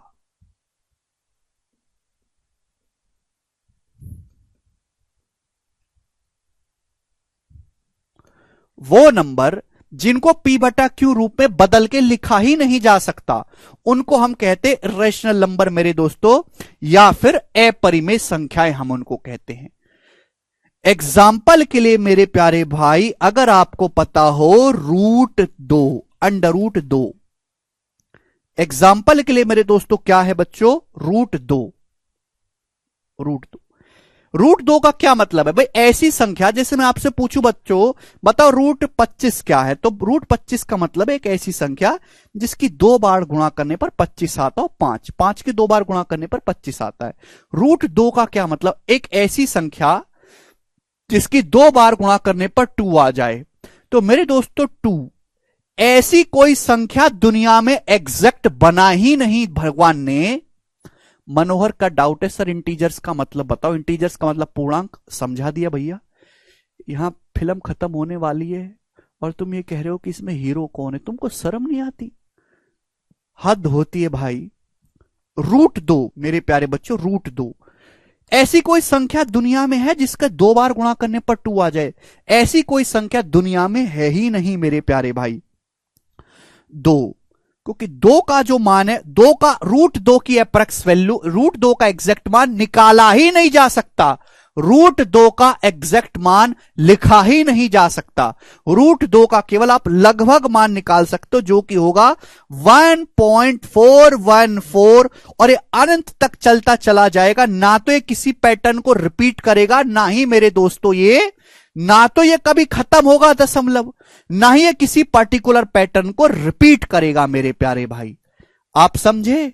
तो इस वजह से मेरे प्यारे भाई जितने भी इर्रेशनल नंबर दुनिया में हैं वो सारे के सारे non terminating, non repeating decimal होते हैं। बात समझ में आई? इर्रेशनल नंबर कोई नई चीज नहीं है। Non terminating, non repeating decimal ही इर्रेशनल नंबर, अपरिमेय संख्याएं कहते हैं, जिनका एग्जैक्ट मान मेरे प्यारे भाई निकाला ही नहीं जा सकता। जैसे कि रूट दो की एग्जैक्ट वैल्यू निकाली नहीं जा सकती, अप्रोक्स वैल्यू निकाल सकते हैं।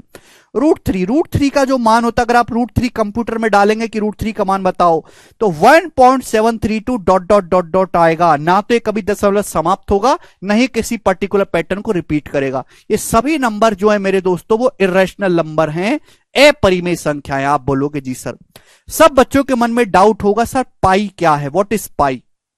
तो पाई भी बच्चों एक इरेशनल नंबर है, पाई भी एक अपरिमेय संख्या है, पाई भी नॉन टर्मिनेटिंग। ठीक कर लेना इसको, नॉन टर्मिनेटिंग। पाई भी एक इरेशनल नंबर है, एक अपरिमेय संख्या है मेरे दोस्तों।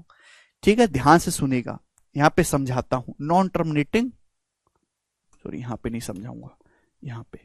ठीक है प्यारे बच्चों, अगर हम बात करें, पहली बात तो पाई का जो मान है वो 22/7 नहीं होता।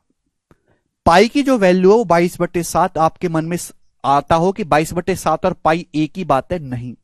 पाई का मान 22/7 नहीं होता। पाई का एप्रोक्स मान, लगभग मान 22/7 होता है, लगभग मान 22/7 या फिर 3.4। एग्जैक्ट वैल्यू पाई की मेरे दोस्तों 22/7 नहीं होती। पाई की जो वैल्यू है मेरे दोस्तों, पाई एक बहुत मैजिकल नंबर है। पाई की वैल्यू अगर आप निकालोगे तो 3.1416 करके दशमलव के 5 लाख अंकों तक खोजी जा चुकी है और अभी तक सर्च जारी है पाई का मान क्या होता है मेरे दोस्तों।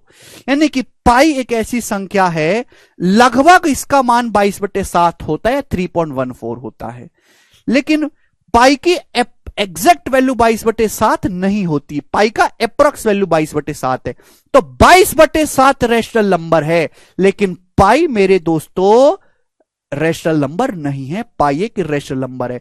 पाई का लगभग मान 3.14 होता है, एग्जैक्ट नहीं होता। अरे भाई, जैसे हमारे मोटा भाई हैं अमित शाह जी, वो लगभग प्राइम मिनिस्टर हैं। प्राइम मिनिस्टर तो नहीं है, लगभग हैं, उनकी चलती है मोदी जी से भी ज्यादा पार्टी में। वैसे ही मेरे दोस्तों हम ये कहना चाहते हैं कि पाई जो है मेरे प्यारे बच्चों एक इरेशनल नंबर है, वो कि पाई का जो मान, यार इसमें ना समझने वाली कौन सी बात है, आप मुझे बताओ।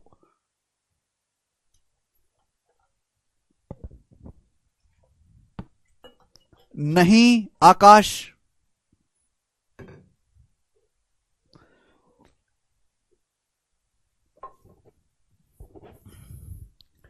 मैंने बस आपको एक छोटी छोटी सी बातें बताई कि पाई का मान 22/7, पाई का एग्जैक्ट मान 22/7 नहीं होता। पाई की लगभग वैल्यू 22/7 होते हैं, लगभग वैल्यू, अप्रोक्स वैल्यू, लगभग मान पाई का 22/7 होता है। ठीक है भाई, जिसको हम 3.14 कहते हैं। अगर मैं आपसे कहूं 22/7 क्या है, तो आप कहोगे सर 22/7 जो है एक रैशनल नंबर है। क्योंकि 22 क्या है, रैशनल नंबर की परिभाषा क्या है, एक ऐसी संख्या जिसको अंश बटे हर में लिखा जा सके, पी भी इंटीजर हो, क्यू भी इंटीजर हो।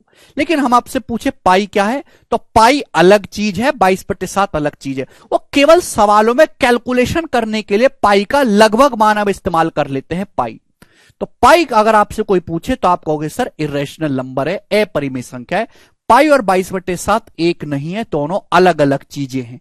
बात समझ में आई? आप बोलोगे हां जी सर, कि पाई की एग्जैक्ट वैल्यू निकाली ही नहीं जा सकती, वो 3.1416 और दशमलव के 5 लाख अंकों तक चलती जा रही है। समझ में आया? आप बोलोगे हां जी सर समझ में आया।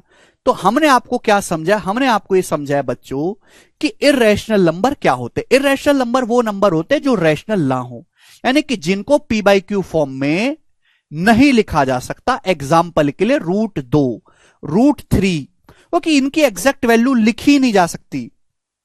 एग्जैक्ट मान, ये भी एक पॉइंट है कि इरेशनल नंबर का एग्जैक्ट मान निकालना संभव नहीं है। You can't find exact value of irrational number.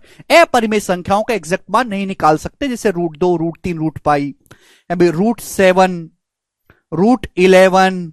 बात समझे मेरे दोस्तों? √29, बात समझे? आप बोलोगे हां जी सर, ये सब मेरे प्यारे भाई आपके इरेशनल नंबर हैं, अपरिमेय संख्या। ना तो ये दशमलव, अगर आप इनको दशमलव की फॉर्म में लिखोगे तो ना तो कभी खत्म होंगे, ना ही मेरे दोस्तों कभी रिपीट होंगे।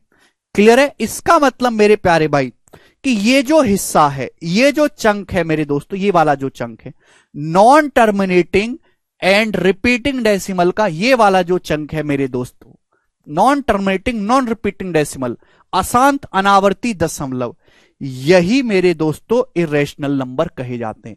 These are the irrational numbers,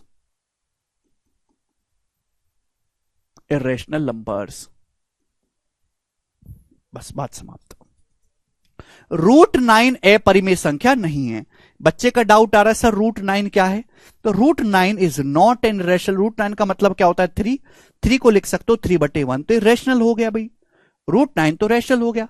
हमारा सवाल आपसे ये है, एक और सवाल पूछता हूं, बताओ रूट 36 क्या है? मैं आपसे पूछ लेता हूं रूट 36। तो रूट 36 क्या आप कहोगे? सर रैशनल नंबर है। 36 को क्या लिखा जा सकता है? 36 का मतलब होता है 6, रूट 36 मतलब 6, 6/1, 6/1 मेरे प्यारे भाई रैशनल है। दुनिया में जितने भी इंटीजर हैं सारे के सारे रैशनल हैं। आप बोलोगे हाँ जी सर बिल्कुल सही। बच्चों मैं आपसे पूछूं कि बताओ रूट 2 + 3 क्या है? बच्चों मैं आपसे पूछता हूं रूट 2 + 3 कैसा नंबर है? स्टूडेंट हम आपसे पूछते हैं रूट 2 + 3 कैसा नंबर है? Tell me. अब ध्यान से देखो, रूट 2 एक इरेशनल नंबर है, एक अपरिमेय संख्या। रूट 2 एक इरेशनल नंबर है, एक अपरिमेय संख्या।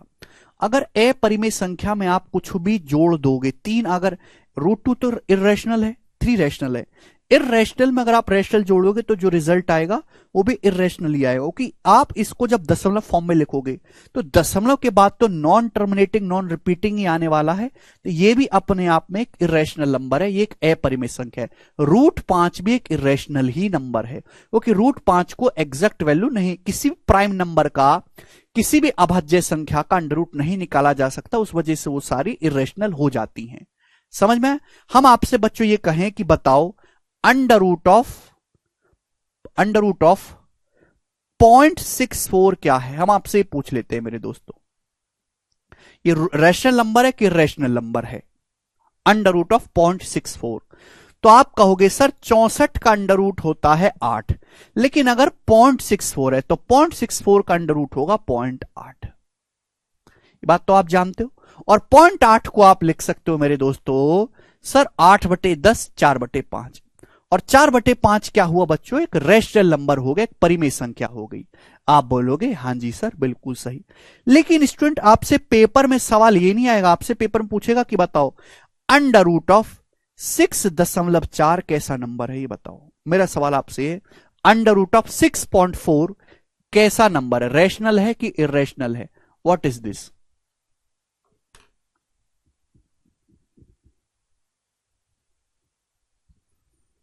भाई जिस संख्या का अंडर रूट आसानी से निकल गया है, भाई जिस संख्या की एग्जैक्ट, यार तुम क्यों नहीं समझते भाई, क्या हो गया तुमको?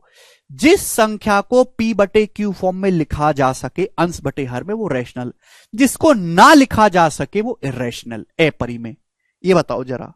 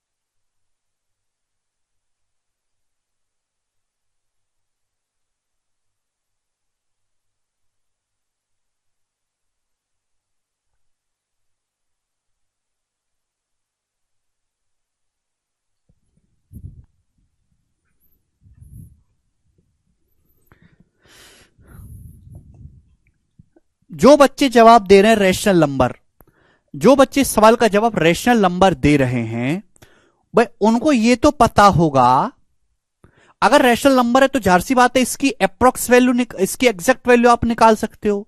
तो अब मुझे इसका मान ही निकाल के बता दो कि रूट 6.4 है क्या? कुछ नहीं। ऐसी कोई संख्या दुनिया में नहीं है जिनकी 2 बार गुणा करने पर 6.4 आ जाए। ये एक इर्रेशनल नंबर है, ये एक अपरिमेय संख्या है मेरे दोस्तों। This is called irrational number. मैं आपसे पूछूं, बताओ क्यूब रूट ऑफ 125 क्या है? मैं आपसे पूछ लगू क्यूब रूट ऑफ 125 क्या है? जवाब दीजिएगा, करो। क्यूब रूट ऑफ 125 क्या है? हम आपसे ये पूछने लगे, बताना। तो आप कहोगे सर 125 का क्यूब रूट तो होता है 5 25 25 5 125 5। 5 को लिखा जा सकता है 5/1, ये तो रैशनल नंबर हो गया। तो क्यूब रूट ऑफ 125 तो रैशनल नंबर है। लेकिन आपसे ये पूछ लेंगे कि बताओ क्यूब रूट ऑफ 100 क्या है? तो जरा आप मुझे जवाब दीजिएगा, क्यूब रूट ऑफ 100 बता सकते हैं क्या आप? क्यूब रूट का मतलब है मेरे दोस्तों एक ऐसी संख्या का पता लगाना जिनकी 3 बार गुणा करने पर 100 आ जाए। क्या दुनिया में ऐसी कोई संख्या है जिसकी 3 बार गुणा करो और 100 आ जाए? ऐसी तो कोई गुणा नहीं है। 100 का अंडर रूट आप पूछता तो जरूर बता सकते थे 10, लेकिन क्यूब रूट नहीं। तो ये मेरे दोस्तों इर्रेशनल नंबर है, एक अपरिमेय संख्या है। ये भी बात समझ में आ गई? आप बोलोगे जी सर, यानी कि इन सब इर्रेशनल नंबर होने का मतलब है कि इनका एग्जैक्ट मान नहीं निकाला जा सकता, क्योंकि इनका मान दशमलव के अनंत अंकों तक आएगा और वो नॉन रिपीटिंग होंगे, अशांत दशमलव होंगे जिनकी कोई रिपीटेशन नहीं होगी। मुझे लगता है कि आपको ये बात अच्छी तरीके से समझ में आ गई है। बहुत ही प्यारी बातें थी ये। तो अभी तक की क्लास में आपको क्या समझा, रियल नंबर क्या है, रैशनल और इर्रेशनल क्या है, बहुत ही अच्छी तरीके से हमने समझा। अब आगे चलते हैं मेरे दोस्तों, ठीक है जी।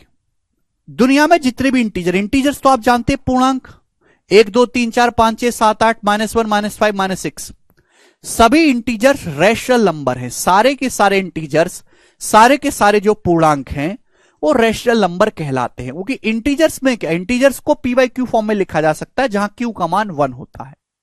अगर q का मान 1 कर दोगे, हर को 1 कर दोगे, तो सारे के इंटीजर्स क्या हो जाएंगे, रैशनल नंबर ही होते हैं मेरे दोस्तों। कुछ बच्चों के मन में डाउट होगा क्या 0 रैशनल है कि इर्रेशनल? तो बच्चों 0 एक रैशनल नंबर है। 0 एक रैशनल नंबर है, रैशनल नंबर। 0 एक परिमेय संख्या है। आप कहोगे सर कैसे, कैसे है 0 रैशनल? देखो, अगर आप 0 के बहुत अच्छे नियम है, मैं आपको यहां पे समझा देता हूं, ध्यान से सुनेगा मेरे दोस्तों।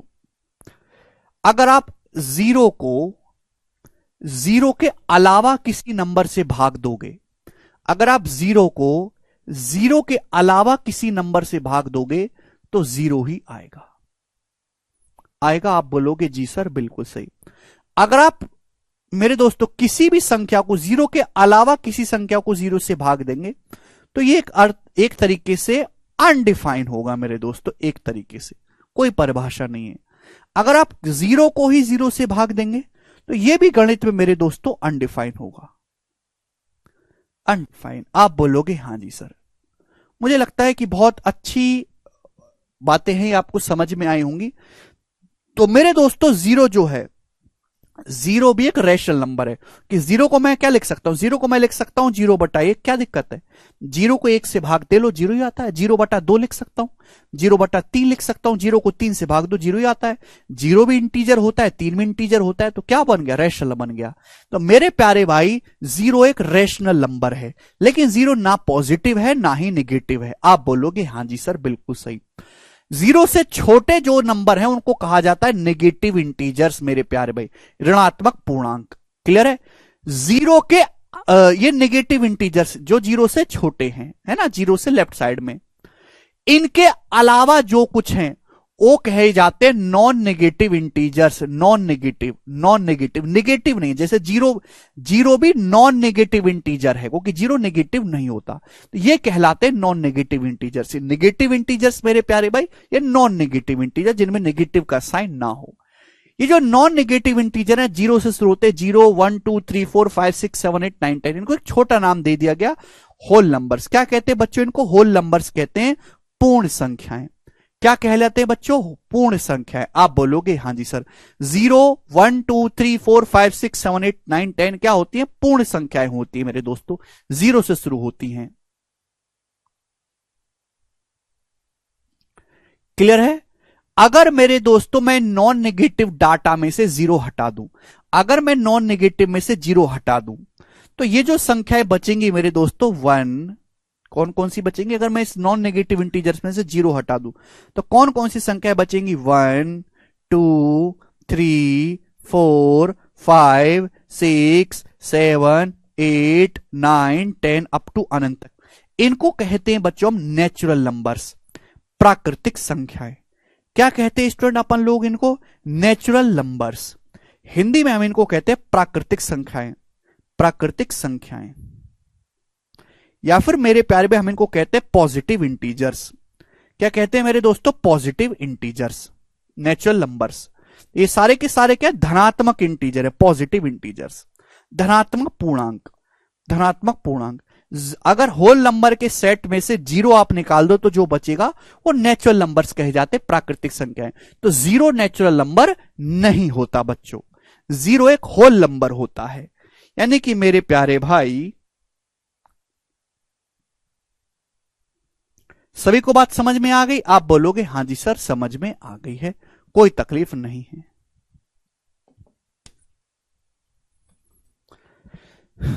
अभिषेक का डाउट है सबसे छोटी पूर्ण संख्या कौन सी? तो सबसे छोटी जो पूर्ण संख्या वो 0 है, सबसे छोटा जो होल नंबर है वो 0 है। ठीक है, तो सभी को समझ में आ गया। यानी कि इंटीजर्स 3 टाइप के होते हैं, एक तो नेगेटिव इंटीजर्स, एक 0 जो ना नेगेटिव है ना पॉजिटिव है, और तीसरा पॉजिटिव इंटीजर्स। पॉजिटिव इंटीजर्स को हम नेचुरल नंबर कहते हैं। ठीक है ना? ये जो सेट है नॉन नेगेटिव इंटीजर्स का 0 से लेकर अनंत तक, इनको हम होल नंबर्स कहते हैं। ठीक है, मुझे लगता है आप सभी लोगों को बात, अंडर रूट ऑफ -1 एक इमेजिनरी नंबर, एक काल्पनिक संख्या, मैंने समझा दिया बेटा आपको। -1 का अंडर रूट इमेजिनरी है। 1 क्या है? 1 एक नेचुरल नंबर है, दिख तो रहा है 1 एक नेचुरल नंबर है, 1 एक होल नंबर है। ठीक है भाई, चलेगा। तो ये था बच्चों आज का लेक्चर, जिसको हम यहीं पे समाप्त करते हैं। बहुत बेसिक बेसिक मामूली सी बातें मैंने आपको समझाई। ठीक है, 1 सबसे छोटा नेचुरल नंबर है, सबसे छोटा पॉजिटिव इंटीजर है, वो तो साफ साफ दिखाई दे रहा है, ये तो आप खुद से सोच सकते हो आप। क्लियर है? कल की क्लास में हम इसी से आगे कंटिन्यू करेंगे। इस पे सवाल डायरेक्ट नहीं पूछा जाता है, पर जितने भी क्वेश्चन बनते हैं वो हम कल करेंगे, और कल क्लासिफिकेशन ऑफ नंबर्स को, इसके आगे की चीजें मैं डिटेल में आपको समझाऊंगा। ठीक है दोस्त, आज इतना ही छोड़ते हैं। घर से कल रिवाइज करके आइएगा, जब भी आप अगली क्लास में आए तो पुराना पढ़ के जरूर आए। ठीक है प्यारे बच्चों, चलिए दोस्तों बाय, कोई तकलीफ नहीं।